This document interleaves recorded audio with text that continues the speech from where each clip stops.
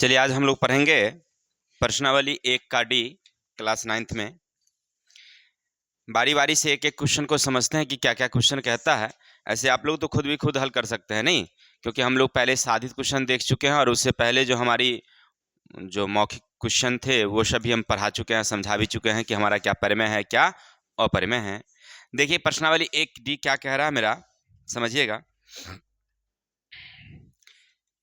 Exercise 1 का D, ठीक है। क्वेश्चन क्या कहता है समझिए। कह रहा निम्न में कौन परिमेय और कौन अपरिमेय है। अब आपसे कोई पूछे भाई कि निम्न में कौन परिमेय या अपरिमेय है। चलिए नंबर 1 समझिएगा क्या कहता है। 7√5। अब बताएंगे ये परिमेय है या अपरिमेय है। अपरिमेय है। कैसे आपने जाना कि अपरिमेय है। अपरिमेय ये क्या लिखा हुआ हमारा, इसलिए क्योंकि √5 का पूरा पूरा वर्गमूल नहीं आता है, इसीलिए क्या हुआ, अपरिमेय हुआ। इसी तरह से देखिए हमारा दूसरा रोमन संख्या है 2 + √7 √3। ये क्या हमारा अपरिमेय है, इसलिए अपरिमेय है क्योंकि ये √3 का भी पूरा पूरा वर्गमूल नहीं आएगा। इसी तरह से रोमन संख्या 4 देखा जाए π-2, ये क्या होगा, ये भी अपरिमेय होंगे। अब कहिएगा सर जी कि इसमें तो कहीं रूट तो हमें दिखाई ही नहीं पड़ती है। रूट आपको दिखाई नहीं पड़ती है कोई बात नहीं है, लेकिन पाई एक ऐसी संख्या है, ये पाई है जिसका ऐसे वैल्यू होता है 22/7, ठीक है। ये हमारे क्षेत्रमिति के लिए होता है।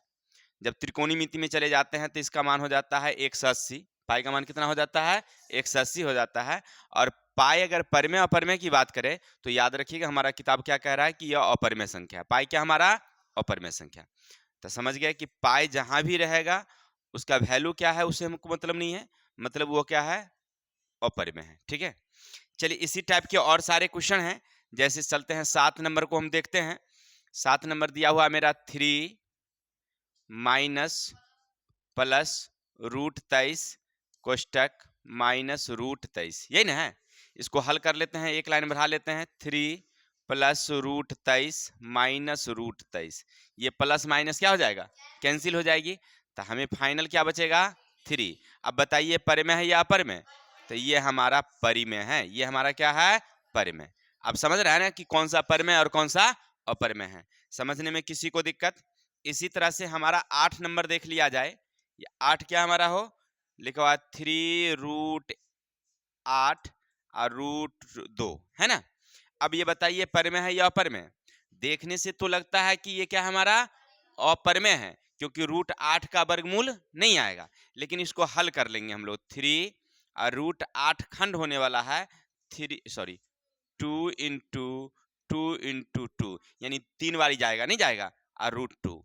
अब इसको क्या करेंगे हम लोग, 3 का 3 रहने देंगे और इस जोड़ा जोड़ा के बदले में बाहर ले लेंगे। क्या ले लेंगे हम लोग, बाहर ले लेंगे, तो 1 बच जाएगा अंदर में, नहीं बन जाएगा। ये और ये कैंसिल हो जाएगी, तो 3 दूना 6। अब बताइए क्या है।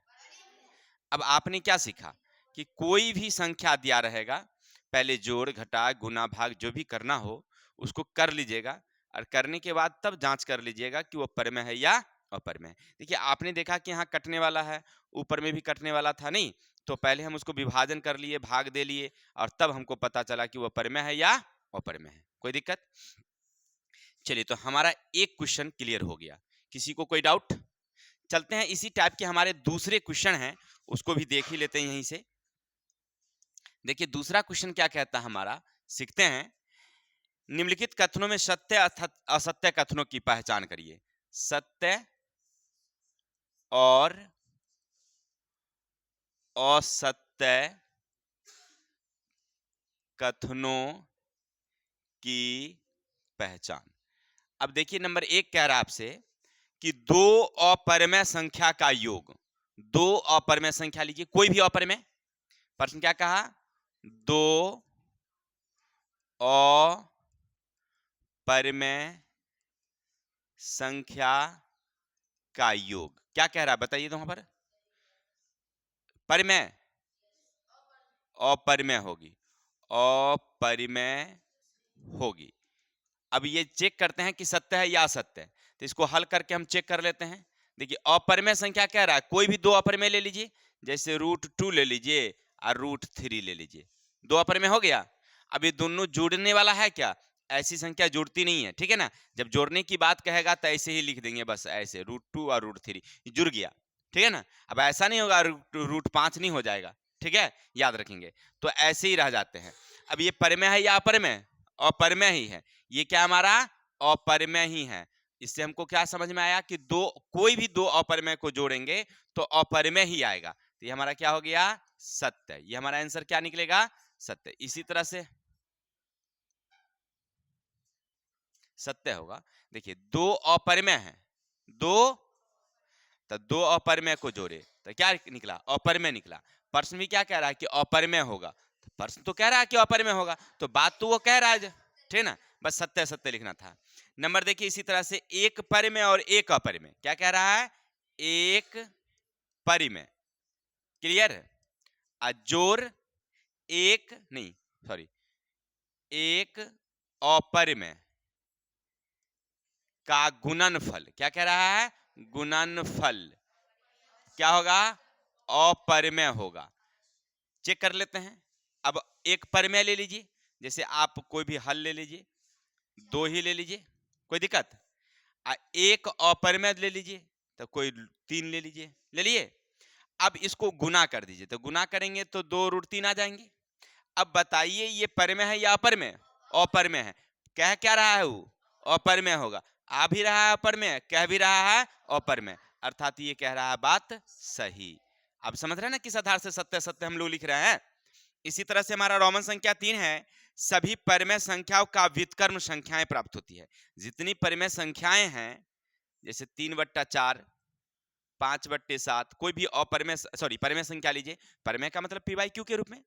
अब व्युत्क्रम का मतलब उल्टा, व्युत्क्रम का मतलब उल्टा, क्या उसका उल्टा हो सकते हैं, तो हाँ हो सकते हैं। परिमेय संख्या का उल्टा तो होता है, नहीं होता है, उलट दीजिए उसको, नीचे वाली ऊपर कर दीजिए, ऊपर वाली नीचे कर दीजिए, व्युत्क्रम आ जाएगी, नहीं आ जाएगी। तो इस तरह से आप लिख सकते हैं सत्य सत्य, कोई दिक्कत।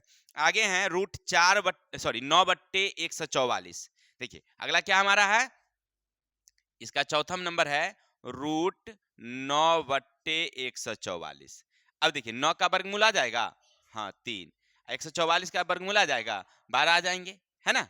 अब बताइए क्या ये परिमेय है या अपरिमेय है, परिमेय है। वहां कह रहा है परिमेय है, तो क्या कहेंगे हम लोग, सत्य कहेंगे, नहीं कहेंगे। या काटने वाला है तो भी काट सकते हैं, नहीं काटने वाला छोड़ भी सकते हैं, ठीक है।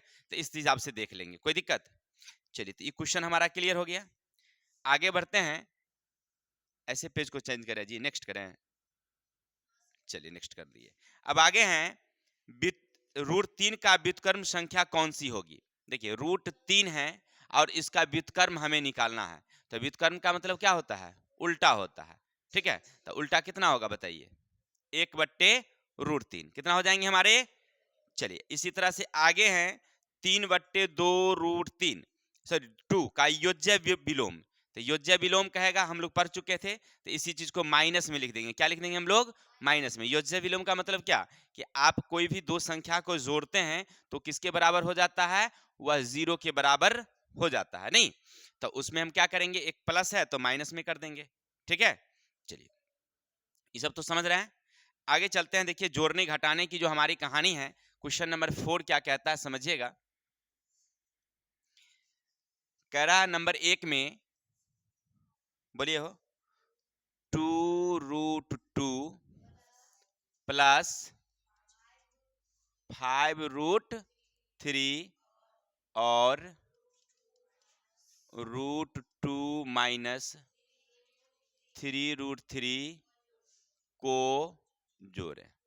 तो कल हम लोग पढ़ ही लिए थे जोड़ने वाला कहानी, नहीं कई बोर्ड पर बनाए भी थे हम लोग। हाँ